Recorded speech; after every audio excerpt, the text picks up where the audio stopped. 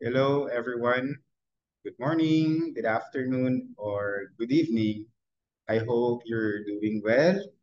You are healthy and happy and motivated to listen and study for today's session. So, before we start, of course, let us pray as the guidance of our dear Lord. Dear God, though we are apart, we are united in our pursuit of knowledge. Bless this virtual space, making it a place of learning and connection. Help us to communicate clearly, listen with open hearts, and support one another in these shared journeys. In your name, amen. Okay, this time we will be discussing a critical topic, the legal and regulatory framework that governs corporate governance, so security regulations, and of course the financial system in the Philippines. These frameworks help ensure that businesses operate transparently, fairly, and of course responsibly. Okay, let's explore the key laws, institutions, and regulations that play a pivotal role in maintaining the stability of our financial markets and the business environment. But before that, allow me to share my screen. Okay.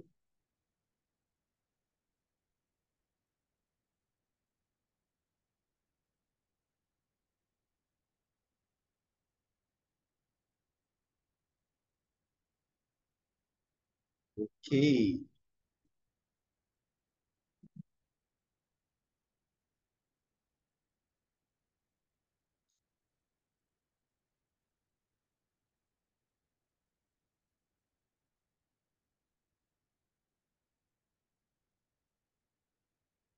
Okay. The legal and regulatory framework.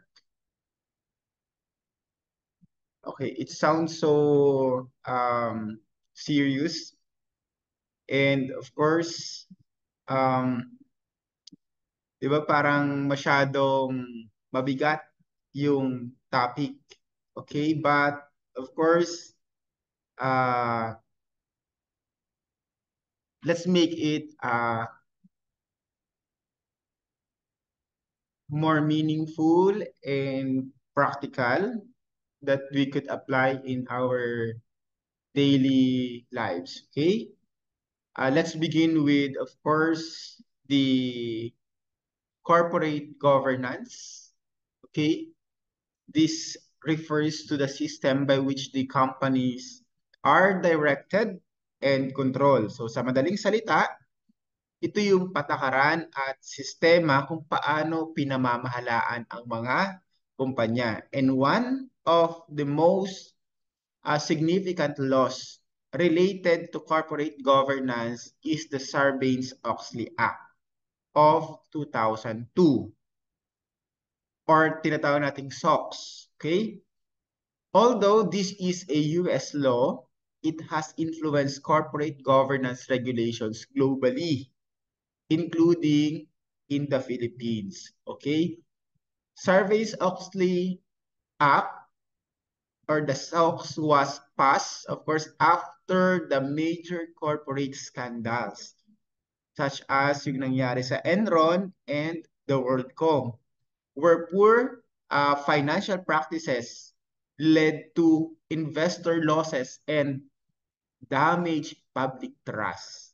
So the law aims to improve corporate accountability and restore investor confidence. So let's break down some of its critical provisions. Number one, the CEO and the CFO certification. Yun yun. So under SOX, the Chief Executive Officer and the Chief Financial Officer are required to personally certify the accuracy and completeness of their company's financial reports. Ibig sabihin, they cannot just delegate this responsibility. They are legally accountable for the integrity of the financial statements. So, 'di ba dito sa Pilipinas, 'di ba? Ah, sino ba ang may responsible sa fairness and presentations of the FS? It's the management. Okay? For example, 'di ba? If the company falsely report financial results, so the CEO and the CFO, okay, could face the significant penalties, including criminal charges. And here in the Philippines, this principle is echoed or makikita natin in the Philippine Financial Reporting Standards, the PFRS, which is aligned in International Financial Reporting Standards or the IFRS, di ba? Which mandates transparency and accuracy in the financial reporting. Next is the establishment of the independent audit committees, which is dito sa Pilipinas naman ay talagang ginagawa rin natin yan. So SOX requires that the company should establish independent audit committees, and these committees are tasked to oversee the financial reporting process and ensure that auditors can perform their duties without influence from the management. So sa mga kumpanya sa Pilipinas, ito rin yung dahilan kung bakit yung mga listed companies sa stock exchange ay kailangan magkaroon ng audit committees na hindi bahagi ng management. So this practice strengthens the independence of financial audits and improves corporate governance. The other key provisions of this is the whistleblower protections. Diba usually sa mga balita nakikita natin kung sino pa yung whistleblower, sila pa yung nakukulong. Okay? O sila pa yung nadja-judge. Okay? So dito, this is another aspect of SOX, yung protection for the whistleblower. So these are the individuals who report unethical practices within the company. So in the Philippines, this principle is adopted under the Whistleblower Protection Act. Meron tayo niyan, the WPA, which encourages employees to speak up without fear of retaliation. So, nang sa ganitong paraan, napoprotektahan ang integrity ng company laban sa, of course, mga maling gawain. Okay, next, let's discuss the role of the Securities and Exchange Commission, which is a regulatory body that oversees the securities industry in the Philippines. Okay? Ang SEC ay may mandato na siguraduhin na ang mga negosyo, okay, at kumpanya sa ating bansa ay sumusunod sa mga tamang regulations para sa tinatawag nating financial transparency and investor protection. So, there are several regulations enforced by the Securities and Exchange Commission para masigurado that our capital market functions smoothly and fairly. The number one, of course, is the corporate regulations and governance oversight. So the SEC ensures that the corporation, especially those listed on the stock market, adhere to the best practices in governance. And one of the ways this is done is by implementing the Code of Corporate Governance. So this code outlines how a company should manage itself. Okay? The role of its board of director, the responsibility of its officer, and how it should handle conflicts of interest. The next is the SEC also play a key role in regulating the buying and selling of stock bonds. Okay?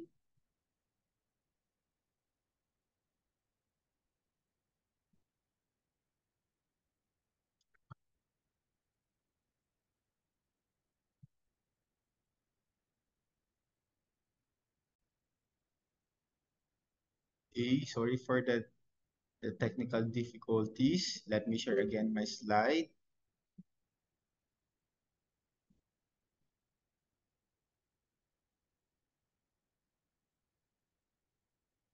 Okay, okay,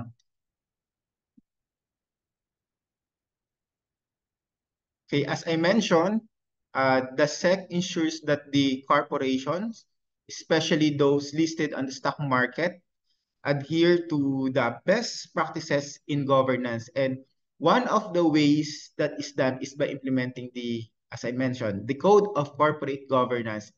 Uh, this is the code outlines how a company should manage itself, the role of its board of directors, as I mentioned, the responsibilities of its officer, and kung papaano dapat i-handle yung conflict of interest among the stakeholders.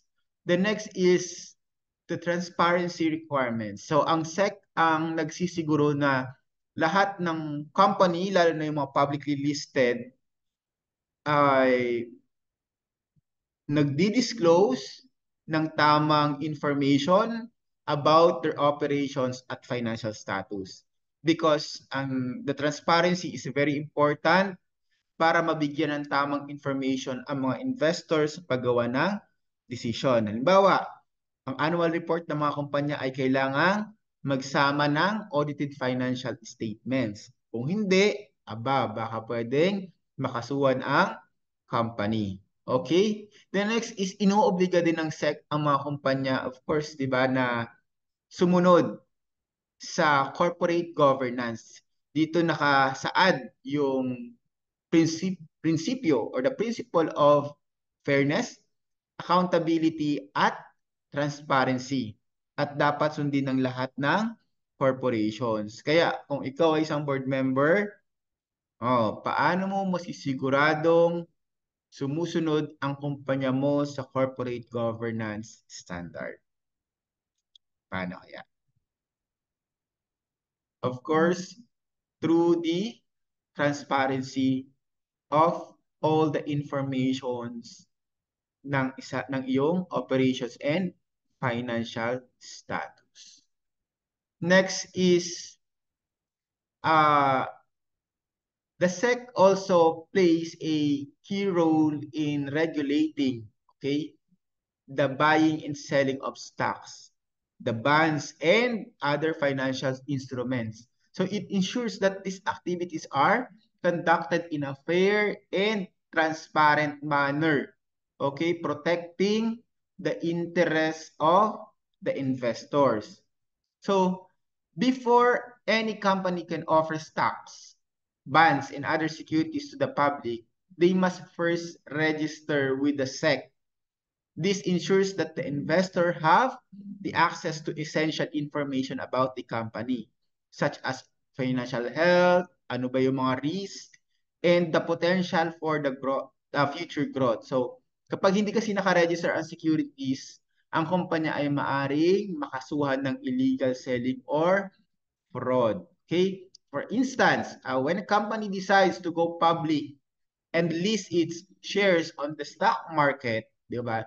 They must file yung tinatawag nating prospectus with the SEC. So, detailing the business financial statements, ano po ba yung mga operations natin, and the risk. So, this gives the investors a clear picture of what they are buying into. Okay? Next is, bago ka nga makapagbenta ng stocks, bonds, o anumang uri ng security, okay, sa public, dapat dumaan ito sa masusing proseso ng pagre-register sa SEC. So, ginagawa ito para masiguradong legit yung company at hindi ito isang scam. Binabantayan din ng SEC ang activity sa Philippine Stock Exchange, okay, or the PSE, upang maiwasan yung insider trading at iba pang illegal activities. Okay? Ito ay nangyayari kapag ang isang tao ay gumagamit ng confidential information upang kumita sa stock market. Halimbawa, kung alam ng isang empleyado na tataas ang stocks ng kanilang kumpanya dahil sa bagong project, at bumili siya ng shares bago ito i-announce sa public, ito ay bawal. Okay?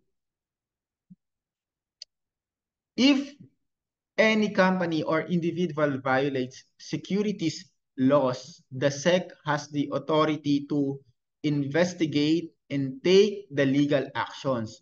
For example, if a company engages in fraudulent accounting practices, okay, the SEC can impose the penalties. Also, it has the power to order restitution to investor and even pursue the criminal charges. Okay?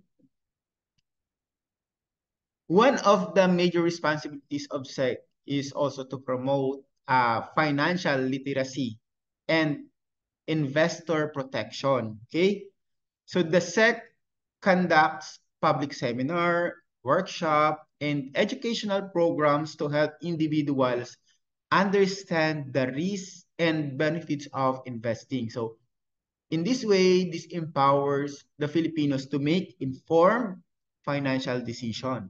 So whether they are investing in stocks, bonds, or the mutual funds. So as I mentioned, they do educational campaigns. Di ba? Nagkahanda ang SEC ng mga seminars, workshop, para turuan yung public kung paano gumawa ng wise investment decision. And the purpose of this is para mabawasan yung mga nabibiktima ng scams tulad ng Ponzi schemes. Okay? Di ba? Ang SEC kasi ay naglalabas ng mga advisory tungkol sa mga unregistered investment schemes para protektahan ang mga investors. Of course, if the company faces financial problems, the SEC helps oversee the process of restructuring or reorganizing its debts, okay, yung mga utang. So, making sure that the process is fair to all parties involved, okay? In cases where companies are unable to pay their debts, nandiyan yung SEC in guiding them through rehabilitation procedures and allowing them to continue operations while resolving financial issues. Next is the regulating technology and digital assets. As technology advances, di ba, the SEC now regulates digital assets like cryptocurrencies. So lahat naman tayo familiar with that. So it ensures that businesses dealing with digital currencies follow the same rules as traditional financial market. So sa panahon ngayon, kasi dumarami na yung mga gumagamit ng cryptocurrencies tulad ng Bitcoin. Sinisigurado ng SEC na yung mga digital assets ay hindi ginagamit para sa money laundering o iba pang illegal na gawain. So, alam niyo ba na may mga kaso na rin tayo ng cryptocurrency exchanges? Kaya talagang binabantayan ito ng SEC para protektahan ang publiko. Okay? And of course, the fintech or the financial technology oversight, okay? The SEC also regulates emerging financial technology like peer-to-peer lending and crowdfunding platform, making sure they are safe and transparent for users.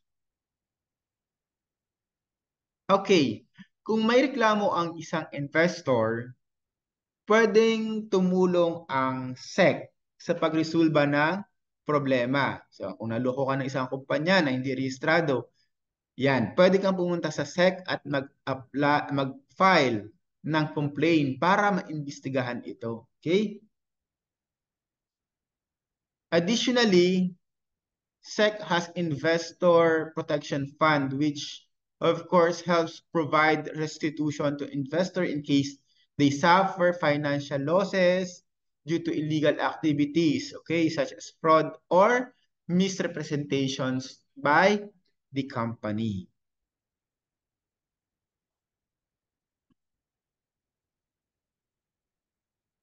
Okay.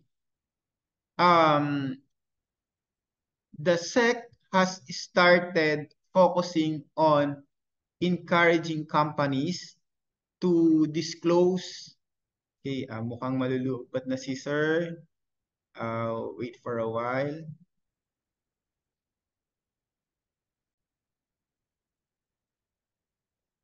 Okay, let me share again my slide.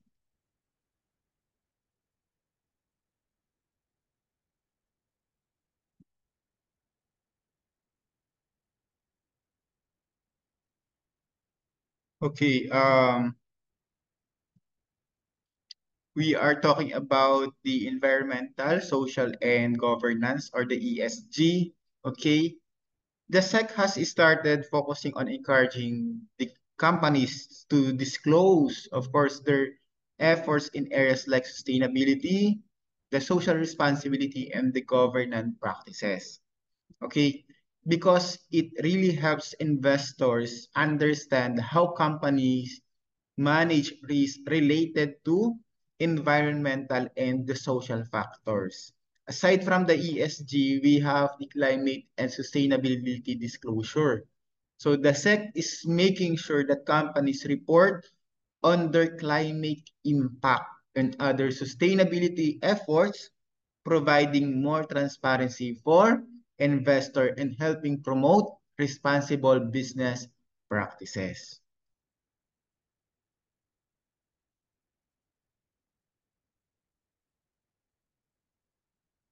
Okay, let's move on to another key institution, and that is the Bangko Sentral ng Pilipinas, which is the Central Bank of the Philippines. Okay? Ang BSP ay may malaking papel, hindi lang sa economy, kundi pati na rin sa regulations of the financial system. Okay? Ang BSP ang may mandato regarding sa ating monetary policy at nagsisiguro na ang ating financial system ay matibay at matatag. Okay? Let's look at its major role. Number one, of course, is the monetary policy implementations, meaning controlling inflations, substantiating interest rates, maintaining price stability. Okay, one of the BS's most important role is managing monetary policy. So in other words, as I said, they need to control the supply of money in the economy para ma-maintain yung tinatawag nating price stability. Kasi kapag tumaas ang presyo ng mga bilihin, and that is the inflation, pwede nilang itaas ang interest rates to slow down spending and borrowing. So on the other hand, when the economy is sluggish, okay, they can lower interest rate to encourage investment and consumer spending. Ulitin natin, gumagamit ang BSP ng iba't ibang monetary tools tulad ng pag-adjust ng interest rates para kontrolin ang tinatawag nating inflation. Kung mataas ang inflation, maaaring itaas ng BSP ang interest rate para mabawasan ang consumer spending. Kapag mababa ang inflation, pwedeng ibababa nila ang rates upang hikayatin ang paghiram at paggasta. Okay? The bank regulates and supervises the BSP regulates and supervises all the banks and other financial institutions in the Philippines para masigurado that they follow sound practices. Okay, they monitor their activities closely para ma-ensure that they have enough capital to cover their risks and that they operate in a safe and efficient manner. Okay, for example, the BSP requires banks to maintain a reserve ratio, okay, which means they must keep a certain percentage of their deposit as reserves. In this way, This helps ensure that the banks do not over leverage themselves and can handle sudden withdrawals from the customers. Yan, sinisigurado ng BSP na lahat ng bangko dito sa Pilipinas ay sumusunod sa mga regulations para ma-maintain ang trust and confidence of the public. Kung ang isang bangko ay malapit ng mabangkarote or mabankrupt, maaaring mag-intervene naman si BSP para maproteksyonan yung mga depositors niya. Okay, next is the financial stability. This is also a task of the BSP. Okay, safeguarding the overall stability of the financial system. They do this by monitoring the systemic risk na tinatawag. Systemic risk means these are the risks that can affect the entire financial system, such as the collapse of a major bank or financial crisis. So in times of financial instability, the PSP may step in to provide the liquidity support, okay, to financial institution to prevent a system-wide collapse. Again, when we talk about the consideration of financial stability, ang BSP ang nagbabantay upang maiwasan yung systemic risk na sinasabi natin kanina na maaaring magdulot ng financial crisis sa buong bansa. Kasi di ba pag nabalitaan natin, for example, yung dating bangko, di ba? Banco de Oro. So malaki siyang factors na nakaapekto sa financial uh, environment natin dito sa Pilipinas kasi even yung ibang mga bangko na high performing, yung mga investors na yon ay nagdalawang isip. Kasi ano na nangyayari sa ekonomiya natin. So, nandyan si BSP para mag-intervene sa mga ganong sitwasyon. Ang BSP rin, okay, ang naglalabas ng ating national currency and that is the Philippine Peso.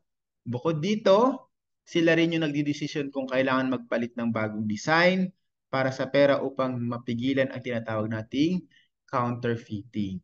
Okay?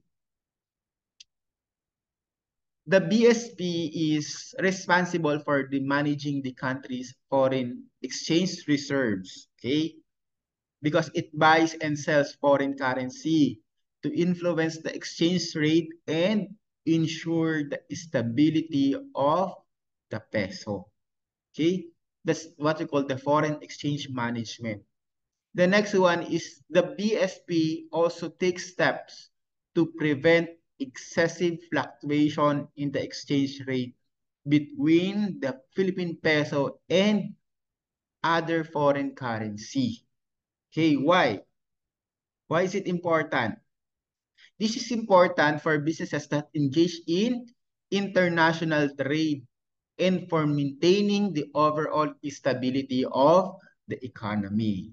So, in that way, yan, promoting a stable exchange rate. Okay? Kasi yung exchange, yung paghina at paglakas ng peso, may malaking effect yan. 'Di ba? Dapat nagiging balanse yan. Why? Kung ikaw ay exporter, okay, at mahina ang peso, panalo ka. 'Di ba? Kasi mas malaki yung pasok sa'yo.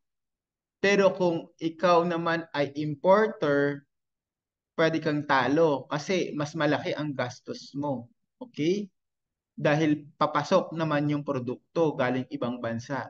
Eh ang hina ng peso, ang lakas ng dollar. So medyo mas malaki ang iyong magiging expenses or spending. So yun dapat balance din natin iyon, okay? To promote a stable exchange rate. Next is the BSP also manages the country's foreign exchange reserve para ma-ensure that the Philippines can meet its international financial obligations such as paying for imports and servicing foreign debts. One of the key focus of the BSP is the consumer protection. Okay, they ensure that the financial institution provide a fair and transparent products to their customers. So if a consumer feels that they have been treated unfairly or that they've been misled, the BSP offers avenues for complaints and investigations.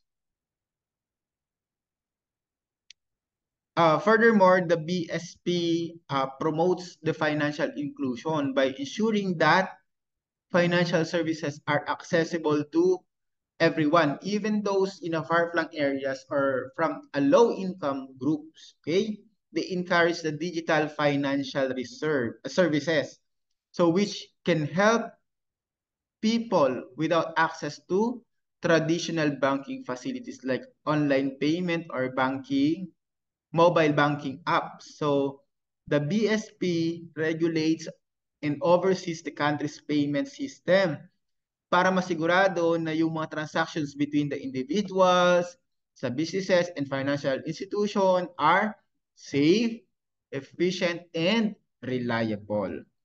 The BSP also promotes the use of the digital payments para ma-improve yung access to financial services. So, by encouraging the use of electronic money in digital platforms, the BSP aims to make payment faster and more secure, especially for those who don't have easy access to traditional banking services.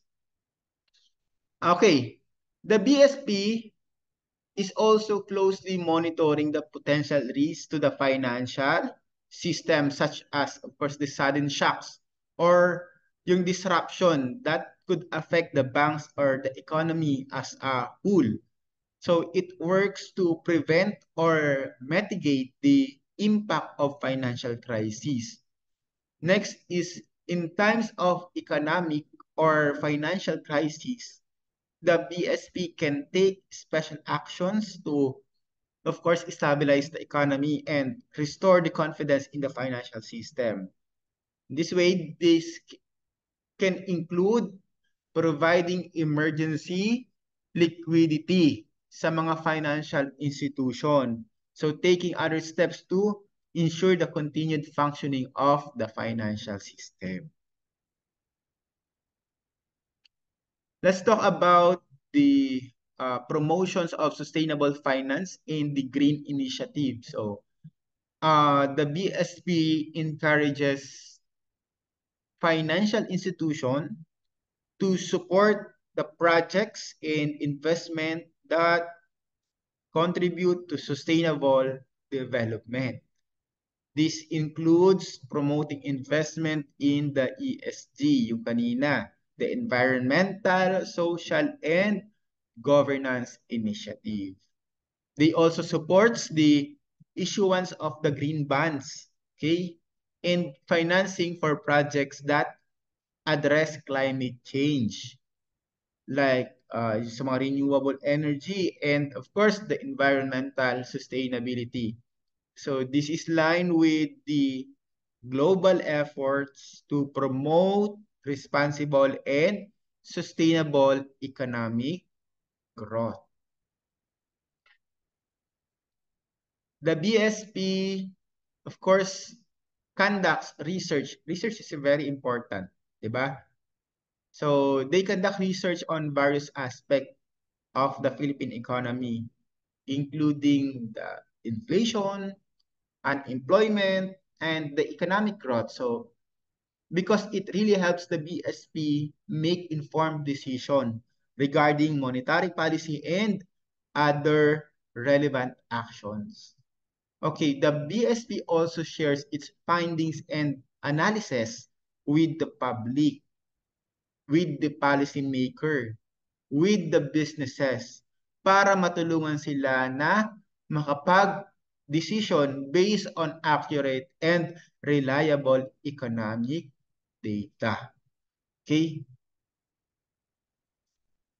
Next is, of course, the BSP represents the Philippines in the international financial organization like IMF, the International Monetary Fund, the World Bank, and the Bank for International Settlements or the BIS because it works with other countries' central banks, okay?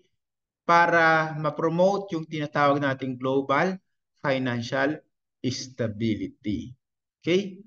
So the BSP collaborates with other countries and regional organizations to address the global financial challenges, pwedeng to share the best practices and enhance the Philippines' role in the international committee or international financial community. Okay?